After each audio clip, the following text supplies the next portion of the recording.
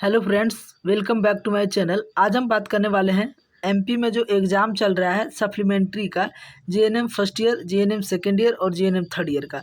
तो आज हम इस वीडियो में बात करने वाले हैं जीएनएम सेकेंड ईयर का क्वेश्चन पेपर सप्लीमेंट्री का, एमपी मध्य प्रदेश का सप्लीमेंट्री जीएनएम सेकेंड ईयर का क्वेश्चन पेपर के बारे में बात कर रहे हैं कि किस तरह से एग्ज़ाम में क्वेश्चन पूछा गया था। ये जो क्वेश्चन पेपर है वो जीएनएम सेकेंड ईयर 21 से 22 वाले सेशन के लिए है। 21 से 22 वाले सेशन के लिए ये क्या है, क्वेश्चन पेपर है MSN first GNM second year और एमएसएन फर्स्ट यानी कि मेडिकल सर्जिकल नर्सिंग फर्स्ट, ये क्वेश्चन है। तो चलिए देखते हैं कि एग्जाम में किस तरह से क्वेश्चन पूछा गया था।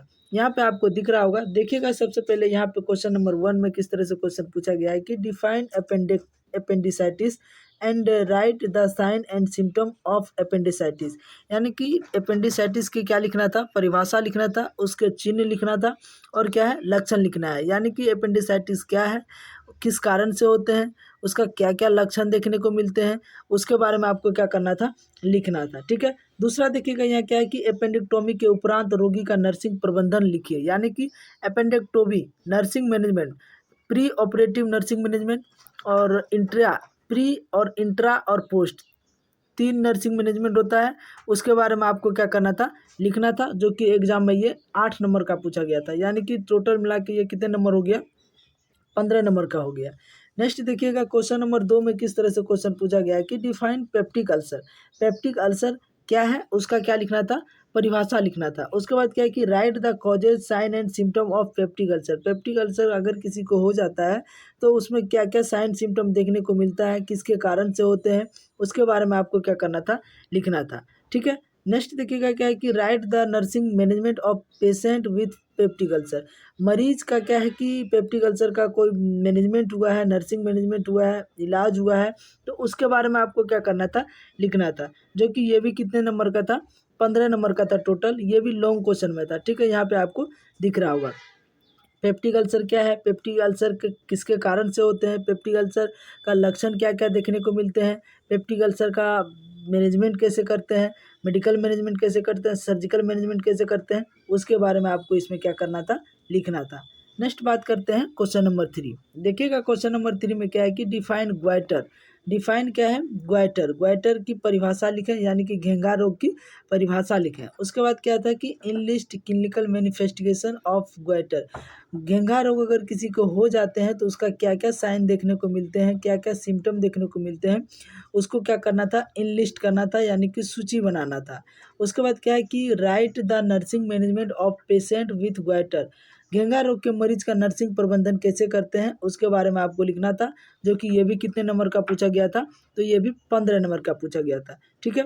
तो ध्यान रहे, लॉन्ग क्वेश्चन इस बार सप्लीमेंट्री में कितने नंबर का पूछा गया है, तो 45 नंबर का पूछा गया है। ठीक है, 45 नंबर का लॉन्ग क्वेश्चन पूछा गया है। नेक्स्ट बात करते हैं filling in the blanks. Next क्या है, फिलिंग इन द ब्लैंक्स। देखिएगा फिलिंग इन द ब्लैंक्स में किस तरह से क्वेश्चन एमपी में पूछा गया था। यहाँ पे देखिएगा normal pH of blood is, यानी कि रक्त का समान पीएच जो होता है वो कितना होता है। आप लोग जानते होंगे कि रक्त का जो पीएच मान होता है वो कितना होता है, नॉर्मल 7.35 से लेकर के 7.45, कितना होता है, 7.35 से लेकर के 7.45। ठीक है। नेक्स्ट बात करते हैं क्वेश्चन नंबर 2। क्वेश्चन नंबर 2 में क्या है कि मूत्र का समान पीएच होता है। मूत्र का क्या है, समान पीएच होता है, कितना होता है, तो ये हो जाएगा 4.5 से लेकर के 8.0। कहीं कहीं आपको इसमें देखने को मिलेगा 7.5 भी आपको इसमें देखने को मिलेगा। ठीक है, लेकिन आप 7.5 भी लिखेगा तो कोई गलत नहीं होगा और 8.0 भी लिखेगा तो भी राइट है। ठीक है। नेक्स्ट बात करते हैं क्वेश्चन नंबर 3। एनोरेक्सिया का अर्थ है, यानी कि एनोरेक्सिया रेफर टू, एनोरेक्सिया क्या कहते हैं, तो loss of appetite, loss of appetite यानी कि क्या है, भूख की कमी, क्या हो जाएगा, भूख की कमी हो जाएगा। लिख लीजिएगा, लॉस द एपेटाइट क्या होता है, भूख की कमी। यहाँ पे क्या हो जाएगा, भूख की कमी, यानी कि भूख पेशेंट को क्या होगा, नहीं लगेगा, जिसको क्या बोलते हैं, एनोरेक्सिया बोलते हैं। ठीक है। नेक्स्ट बात करते हैं क्वेश्चन नंबर 4। क्वेश्चन नंबर 4 में क्या है कि सिराओं की सूजन को क्या कहते हैं, तो सिराओं को जो सूजन होता है, यानी कि भेन का जो सूजन होता है, उसे कहते हैं फ्लेवाइटिस। क्या कहते हैं, फ्लेवाइटिस, फ्लेवाइटिस।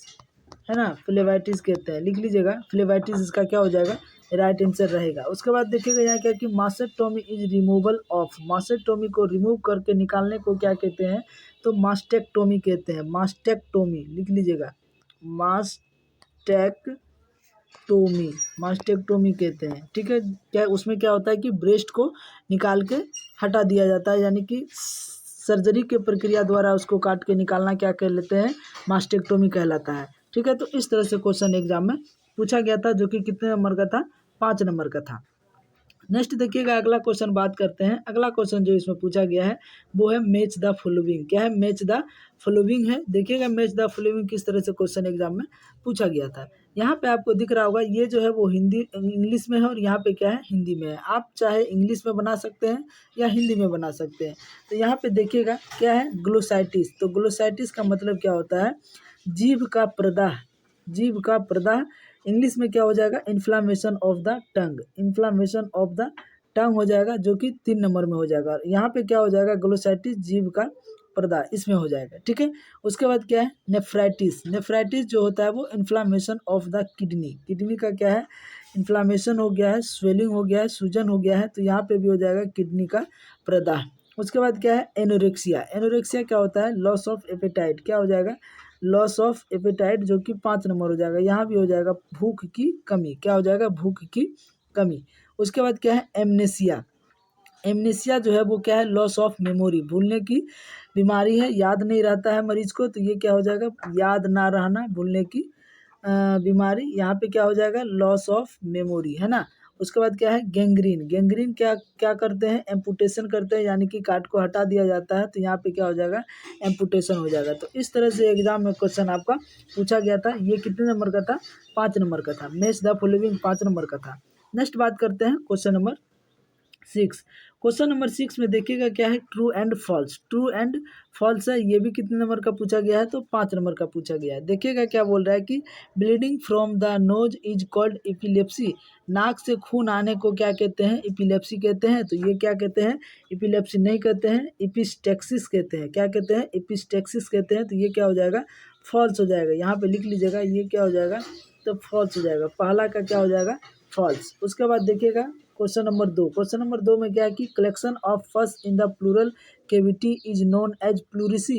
प्लूरल कैविटी में अगर पस का फॉर्मेशन हो रहा है तो उसे प्लूरिसी कहते हैं। तो ये नहीं, क्या कहते हैं, उसे एम्पाइमा कहते हैं, उसे एम्पाइमा कहते हैं। तो ये भी क्या हो जाएगा, फॉल्स हो जाएगा। नेक्स्ट बात करते हैं question number 3। Inflammation of the gall bladder is called cystitis. Gall bladder का जो सूजन हो जाता है तो उसे क्या कहते हैं, गोल ब्लेडर का सूजन हो जाता है तो उसे क्या कहते हैं, सिस्टाइटिस कहते हैं। तो ये नहीं, ये क्या हो जाएगा, फॉल्स हो जाएगा। ये क्या हो जाएगा, फॉल्स हो जाएगा। उसे क्या कहते हैं, कोलेसिस्टाइटिस कहते हैं, है ना। उसके बाद यहाँ पे देखिएगा क्या है, नॉर्मल ब्लड यूरिया इज 40 से 80 mg पर 100 ml ऑफ ब्लड। ये क्या बोल रहा है कि नॉर्मल ब्लड यूरिया का जो लेवल है वो 40 से 80 mg पर 100 ml ब्लड पे होता है क्या। तो ये भी क्या हो जाएगा, फॉल्स हो जाएगा। चौथा का भी क्या हो जाएगा, फॉल्स हो जाएगा, लिख लीजिएगा, चौथा का भी फॉल्स हो जाएगा। उसके बाद क्या है, question number 5। Drug use to reduce pain in is antacids. दर्द निवारक दवाई को एंटासिड कहते हैं। तो ये भी क्या हो जाएगा, फॉल्स हो जाएगा। क्या हो जाएगा, फॉल्स। एंटासिड नहीं कहते हैं, एनाल्जेसिक कहते हैं, ठीक है। ये क्या हो जाएगा, फॉल्स हो जाएगा। तो इस तरह से एग्जाम में क्वेश्चन पूछा गया था। पहला का क्या हो जाएगा, फॉल्स। दूसरा का भी क्या हो जाएगा, फॉल्स। तीसरा का हो जाएगा फॉल्स। चौथा का भी हो जाएगा फॉल्स और 5वां का भी हो जाएगा फॉल्स। तो ये भी एग्जाम में क्वेश्चन 5 नंबर का आया था, ट्रू एंड फॉल्स, ठीक है। नेक्स्ट बात करते हैं क्वेश्चन नंबर 7। क्वेश्चन नंबर 7 में जो है वो क्या है, शॉर्ट क्वेश्चन है। शॉर्ट क्वेश्चन में देखिएगा किस तरह से क्वेश्चन पूछा गया था। इसमें जो कि आपका 5 शॉर्ट क्वेश्चन जो होता है वो 5 नंबर का होता है। 3 क्वेश्चन इसमें आपको क्या करना है, बनाना है। देखिएगा यहाँ पे लिखा गया है, राइट शॉर्ट नोट एनी 3।